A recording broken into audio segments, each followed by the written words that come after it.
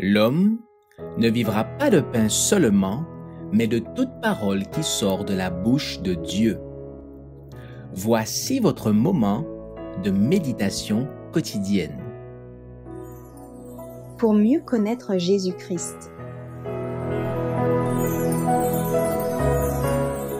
La victoire sur nos doutes, le 10 août. Homme de peu de foi, pourquoi as-tu douté? Matthieu chapitre 14, versets 30 et 1.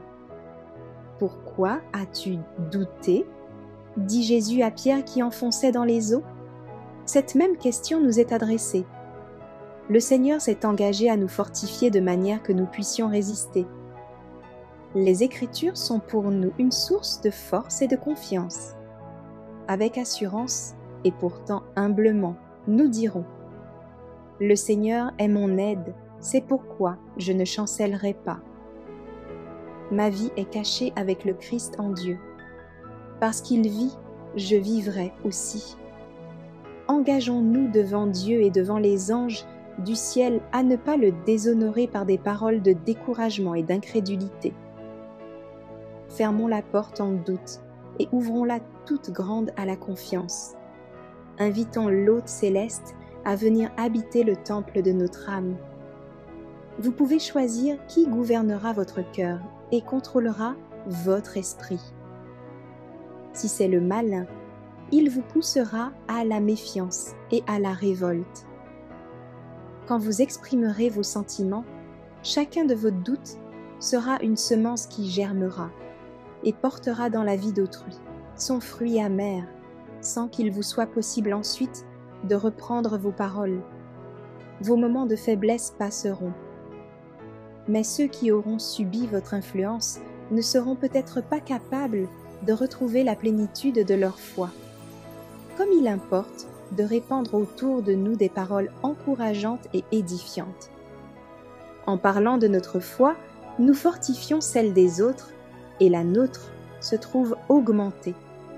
Mais si nous répandons nos doutes, ils germeront et nous les récolterons ensuite en abondance, car Satan nous aidera dans ce genre d'activité. Sanctifions donc nos cœurs et purifions nos lèvres. Respirons les riches et vivifiants effluves qui nous parviennent de la Canaan céleste.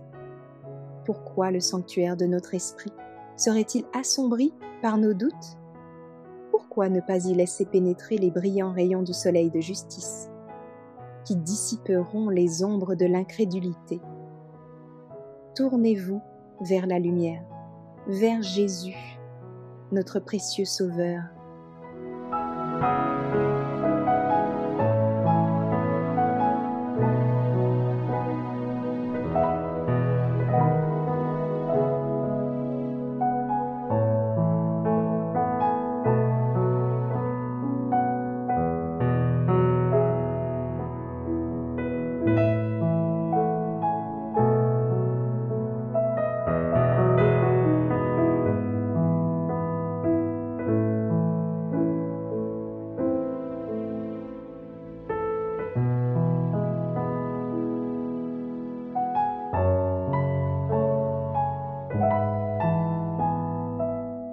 Merci d'avoir écouté cette présentation.